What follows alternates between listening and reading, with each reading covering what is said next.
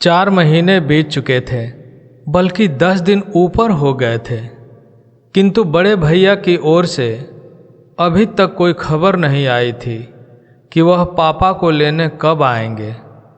यह कोई पहली बार नहीं था कि बड़े भैया ने ऐसा किया हो।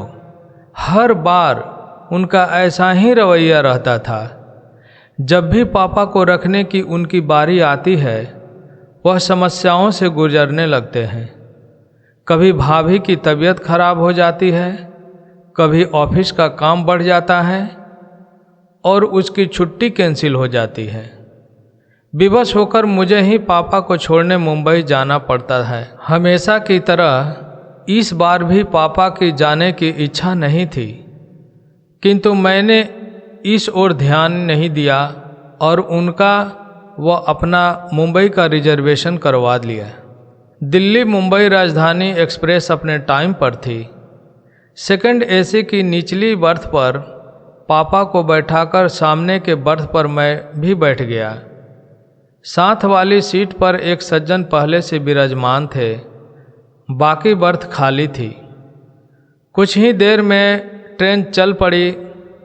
अपनी जेब से मोबाइल निकालकर मैंने देख रहा था, तभी पापा का स्वर टकराया, मुन्ना, कुछ दिन तो तुम भी रहेगा ना? मेरा दिल लगा रहेगा और प्रतीक को भी अच्छा लगेगा। पापा के स्वर की आर्द्रता पर मेरा ध्यान गया ही नहीं। मन ही मन मैं रीझ गया। कितनी बार समझाया है पापा को कि मुझे मुन्ना ना कहा करे, रजत पुकारा करे। अब मैं इतनी ऊंची पोस्ट पर आसीन एक प्रशासनिक अधिकारी हूँ। समाज में मेरा एक अलग रुतबा है, ऊंचा कद है, मान सम्मान है। बगल की सीट पर बैठा व्यक्ति मुन्ना शब्द सुनकर मुझे एक सामान्य सा व्यक्ति समझ रहा होगा। मैं तनिक जोर से बोला, पापा, परसों मेरी गवर्नर के साथ मीटिंग है, मैं मुंबई में कैसे रुक सकता हूँ? पापा के चेहरे पर निराशा की बदलियां छा गई। मैं उनसे कुछ कहता, तभी मेरा मोबाइल बज उठा। रीतू का फ़ोन था। भर्राए स्वर में वह कह रही थी, पापा ठीक से बैठ गए ना? हाँ बैठ गए, गाड़ी भी चल पड़ी है। देखो पापा का ख्याल रखना, रात में मेडिसिन दे देना। भाभी को भी सब अच्छी तरह समझा कर आना। पापा को वहाँ कोई तकलीफ नहीं होनी चाहिए। नहीं होगी, मैंने फ़ोन काट दिया। रीतू का फ़ोन था, मेरी चिंता कर रही होगी। पापा के चेहरे पर वात्सल्य उमड़ आया था।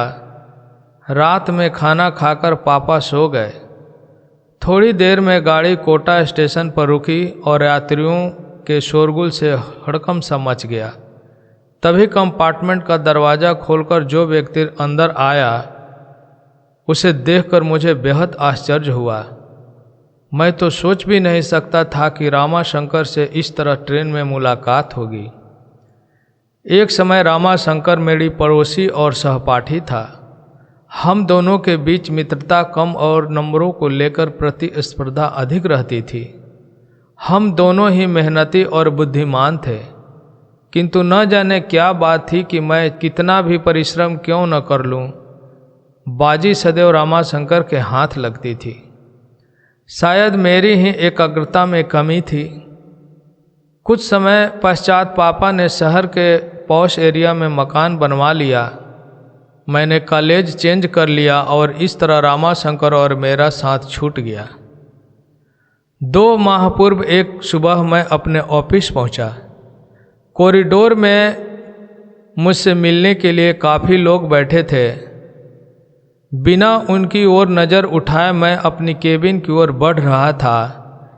एकाएक एक व्यक्ति मेरे सम्मुख आया, मेरे गले लग गया। रजत यार, तू कितना बड़ा आदमी बन गया है, पहचाना मुझे? मैं रामाशंकर। मैं शकपका गया। फीकी सी मुस्कुराहट मेरे चेहरे पर आकर विलुप्त हो गई। इतने लोग के सम्मुख उसका अनौपचारिक व्यवहार मुझे खल रहा था। वह भी शायद मेरे मनोभाव को ताड़ गया था। तभी तो एक लंबी प्रतीक्षा के उपरांत जब वह मेरे केबिन में दाखिल हुआ तो समझ चुका था कि वह अपने सहपाठी से नहीं बल्कि एक प्रशासनिक अधिकारी से मिल रहा था। उसका मुझे सर कहना और अहम से संतुष्ट कर गया। यह जानकर कि वह बिजली विभाग में महज एक क्लर्क है जो मेरे समक्ष अपना तबादला रुकवाने की गुजारिश लेकर आया है, मेरा सीना अभिमान से चौड़ा हो गया। कॉलेज के प्रिंसिपल और टीचर्स तो क्या, मेरे सभी कलीग्स भी यही कहते थे कि एक दिन रामाशंकर बहुत बड़ा आदमी बनेगा। आज मैं कहाँ और वह कहाँ पहुँच गया। पिछली स्मृतियों को पीछे धकेल मैंने वर्तमान में पहुँचा तो देखा रामाशंकर ने अपनी वृद्ध माँ को साइड के सीट पर लिटा दिया और स्वयं उनके करीब बैठ गया। एक उड़ती सी नज़र उस पर डाली। मैंने अखबार पर आंख गड़ा दी। तभी रामाशंकर बोला, नमस्ते सर, मैंने तो देखा ही नहीं कि आप बैठे हैं। मैंने नम्र भाव से पूछा, कैसे हो रामाशंकर? ठीक हूँ सर। कोटा कैसे आना हुआ? छोटी बुआ की बेटी की शादी में आया हूँ, अब मुंबई जा रहा हूँ। शायद आपको याद है, मेरा एक छोटा भाई था। छोटा भाई? हाँ, याद आया। क्या नाम था उसका? मैंने स्मृति पर जोर डालने पर उपक्रम किया, जबकि मुझे अच्छी तरह याद था कि उसका नाम देवेश था। सर, आप इतने ऊंचे पद पर हैं, आए दिन हजारों लोगों से मिलते हैं, आपको कहाँ याद होगा? देवेश नाम है उसका सर। पता नहीं उसने मुझ पर व्यंग किया या साधारण रूप से कहा था, फिर भी मेरी गर्दन कुछ तन सी गई। उस पर एहसान सा लादते हुए मैंने बोला, देखो रामाशंकर, यह मेरा ऑफिस नहीं है, इसीलिए सर कहना बंद करो और मुझे मेरे नाम से पुकारो। हाँ, तो तुम क्या बता रहे थे, द्वेष मुंबई में है? हाँ रजत, उसने वहाँ मकान खरीदा है। 2 दिन पश्चात उसका गृह प्रवेश है। 4-5 दिन वहाँ रहकर मैं और अम्मा दिल्ली लौट आएंगे। इस उम्र में इन्हें इतना घुमा रहे हो? अम्मा की जाने की बहुत इच्छा थी। इंसान की उम्र भले ही बढ़ जाए, इच्छाएं तो नहीं मरती है ना। हाँ, यह तो है। पिताजी कैसे हैं? पिताजी का 2 वर्ष पूर्व स्वर्गवास हो गया था। अम्मा यह दुख झेल नहीं पाई और उसे हार्ट अटैक आ गया। बस तभी से यह बीमार रहती है। अब तो अल्जाइमर भी बढ़ गया है। तब तो उन्हें संभालना मुश्किल होता होगा। क्या करते हो? 6-6 महीने दोनों भाई रखते होंगे। ऐसा पूछकर मैंने शायद अपने मन को तसल्ली दे रहा था।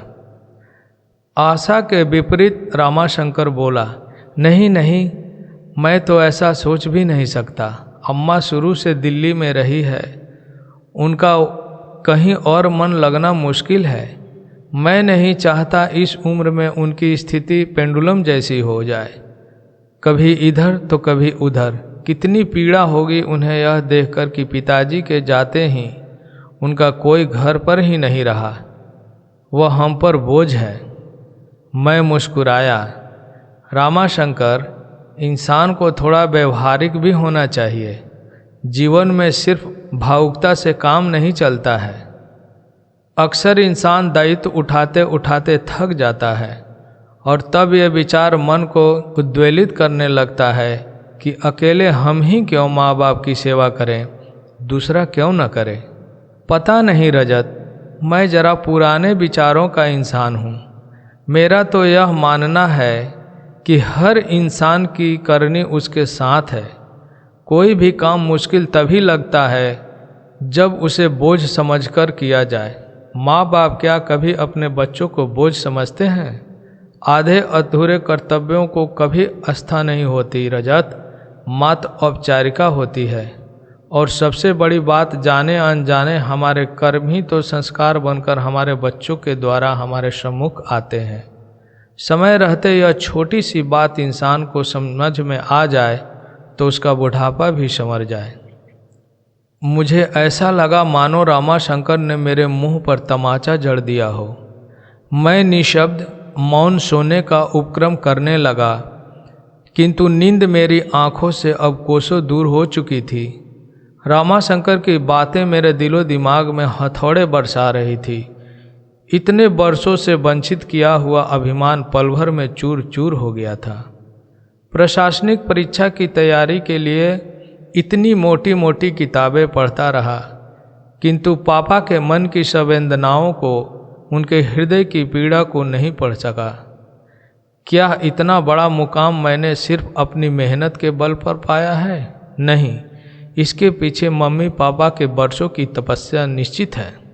आखिर उन्होंने ही ने तो मेरी आंखों को सपने देखने सिखाए, कुछ कर दिखाने की प्रेरणा दी। रात्रि में जब मैं देर तक पढ़ता था तब पापा भी मेरे साथ जागते थे कि कहीं मुझे नींद न आ जाए। मेरे इस लक्ष्य को हासिल करने में पापा हर कदम पर मेरे साथ रहे, और आज जब पापा को मेरे साथ की ज़रूरत है तो मैं व्यवहारिकता का सहारा ले रहा हूँ। 2 वर्ष पूर्व की स्मृति मन पर दस्तक दे रही थी। सीवियर हार्ट अटैक आने के बाद मम्मी बीमार रहने लगी थी।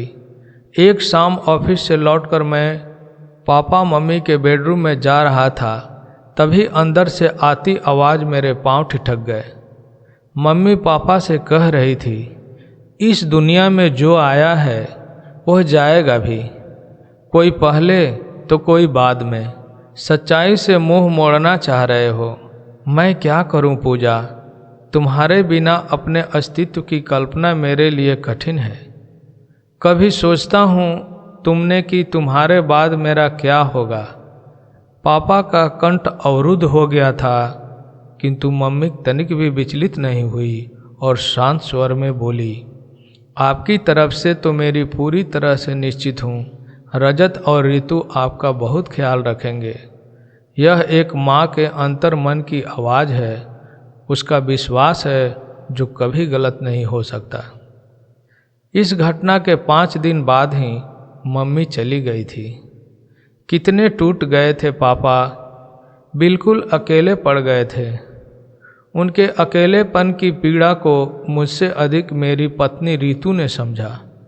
यूं भी वह पापा के दोस्त की बेटी थी और बचपन से पापा के दिल से जुड़ी हुई थी। उसने कभी नहीं चाहा पापा को अपने से दूर करना, किंतु मेरा मानना था कोरी भावुकता के लिए गए फैसले अक्सर गलत साबित होते हैं। इंसान को प्रैक्टिकल अप्रोच से काम लेना चाहिए। अकेले मैं ही क्यों पापा का दायित्व उठाऊं? दोनों बड़े भाई क्यों न उठाएं? जबकि पापा ने तीनों को बराबर का स्नेह दिया, पढ़ाया लिखाया, तो दायित्व भी तीनों का बराबर है। 6 माह बाद मम्मी की बरखी पर वह जानते हुए भी कि दोनों बड़े भाई पापा को अपने साथ रखना नहीं चाहते, मैंने यह फैसला किया था कि हम तीनों बेटे 4-4 माह पापा को रखेंगे। पापा को जब इस बात का पता चला तो कितनी बेबसी उभर आई थी उनके चेहरे पर। चेहरे की झुर्रियाँ और गहरा गई थी। उम्र मानो 10 वर्ष आगे सरक गई थी। सारी उम्र पापा की दिल्ली में गुजरी थी। सभी दोस्त और रिश्तेदार यहीं पर थे, जिनके सहारे उनका वक्त कुछ अच्छा बीत सकता था। किंतु सोचते सोचते मैंने एक गहरी सांस ली। आंखों से बह रहे पश्चाताप के आंसू पूरी रात मेरा तकिया भिगोते रहे। उफ, यह क्या कर दिया मैंने। पापा को तो असहनीय पीड़ा पहुंचाई है। मम्मी के विश्वास को भी मैं खंडित कर दिया। आज वह जहाँ भी कहीं होगी, पापा की स्थिति पर उनकी आत्मा कलप रही होगी। क्या वह भी नहीं क्षमा कर पाएंगी? रात में कई बार अम्मा का रामाशंकर को आवाज़ देना और हर बार उसका चेहरे पर बिना शिकन उठाए उठना मुझे आत्मविश्लेषण के लिए बाध्य कर रहा था। उसे देख मुझे एहसास हो रहा था कि इंसानियत और बड़प्पन हैसियत की मोहताज नहीं होती, वह तो दिल में होती है। अचानक मुझे एहसास हुआ मेरे और रामाशंकर के बीच प्रतिस्पर्धा जारी है, इंसानियत की प्रतिस्पर्धा, जिसमें आज भी वह बहुत बाजी मार ले गया था। पद भले ही मेरा बड़ा था, किंतु रामाशंकर का कद मुझसे बहुत ऊंचा था। गाड़ी मुंबई सेंट्रल पर रुकी तो मैं रामाशंकर के करीब पहुंचा। उसके दोनों हाथ थाम के भावुक स्वर में बोला, रामाशंकर मेरे दोस्त, चलता हूँ, यह सफ़र सारी जिंदगी मुझे याद रहेगी। कहने के साथ ही उसे गले से लगा लिया। आश्चर्यचकित खुशी से वह मुझे देख रहा था। मैं बोला, वादा करो अपनी फैमिली को लेकर मेरे घर अवश्य आओगे। आऊँगा क्यों नहीं, आखिर इतने वर्षों बाद मुझे मेरा दोस्त मिला है। खुशी के उसकी आवाज़ कांप रही थी। अटैची उठाए पापा के साथ मैं नीचे उतर गया। स्टेशन से बाहर मैंने टैक्सी पकड़ी और ड्राइवर से एयरपोर्ट चलने को कहा। पापा हैरत से बोले, एयरपोर्ट क्यों? भावु होकर मैंने पापा को गले लगा लिया और रूधे कंठ से बोला, पापा मुझे माफ़ कर दीजिए, हम वापस दिल्ली जा रहे हैं। अब आप हमेशा वहीं अपने घर में रहेंगे। पापा की आंखें नम हो उठी और चेहरा खुशी से खिल उठा। जुग जुग जियो मेरे बच्चे, वह बुदबुदाए। कुछ पल के लिए उन्होंने अपनी आंखें बंद कर ली, फिर चेहरा उठाकर आकाश की ओर देखा।